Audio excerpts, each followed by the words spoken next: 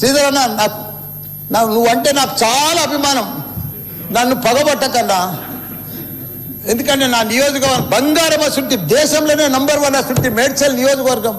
దాన్ని తుకుడలు అచలం కుతలం చేసేది. దాన్ని ఇప్పుడు దాన్ని 61 గ్రామాలు ఉండే, 3 మున్సిపాలిటీ కార్పొరేషన్లు ఉండే, 7 మున్సిపాలిటీ ఉండే. దాన్ని తీసుకుపోయి మొత్తం జిహెచ్ఎంసీ చేసారు. ఇప్పుడు 16 వార్డులు చేసారు. దాన్ని ఒక మోరీలు లేవు, రోడ్లు లేవు, డ్రైనేజీలు లేవు, కరెంట్ స్తంభాలు లేవు, ఏమీ లేదు. ఇంకా మారుమూలు గ్రామాలే ఉన్నాయి, పెంకిటిల్లే ఉన్నాయి. దాన్ని తీసుకుపోయి జిహెచ్ఎంసీలో కలిపారు. హైదరాబాద్ మస్తు డెవలప్ అయింది. కానీ ఆ జిహెచ్ఎంసీలో కలిపినప్పుడు దయచేసి స్పెషల్ కేటగిరీ కింద జిహెచ్ఎంసీ చెత్తంతా ఆడికే వస్తుంది. దాన్ని ఒకటి క్లీన్ చేసి మీకు దండం పెడతా. ఎందుకంటే అక్కడ నేను ఉండలేకపోతున్నా.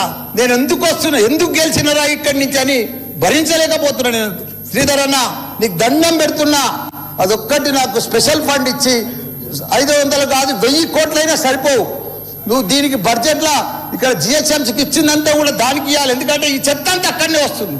అక్కడ కూడా ప్రజలన్నా, పేద ప్రజలన్నా, డెవలప్ లేదన్నా, మోరీలు లేవన్నా, రోడ్లు లేవన్నా, లైట్లు లేవన్నా, చచ్చిపోతున్నారన్నా, రోజు ఒకరు చచ్చిపోతున్నారన్నా, హాస్పిటల్ బారిన పడుతున్నారన్నా ప్రజలంతా. నేను చూడలేకపోతున్నా, నేను భరించలేకపోతున్నా. నీకు దండం పెడతా.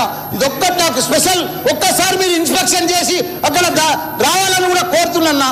మీరు ఈ నడుమ ఇనాగ్రేషన్ కూడా వస్తలేరన్నా. ఆ మహేందర్ రెడ్డిని పంపిస్తురన్నా. మీరు కావాలనే వస్తురన్నా, కుట్ర పంపుతురన్నా, నా మీద కుట్రన్నా. ప్లీజ్ దయచేసి అదొకటి మీరు రావాలి. కృష్ణారావు గారు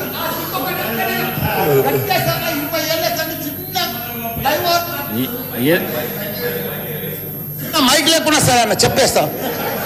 చిన్న ఒకటే నిమిషం. చిన్న ఫ్లైఓవర్ 20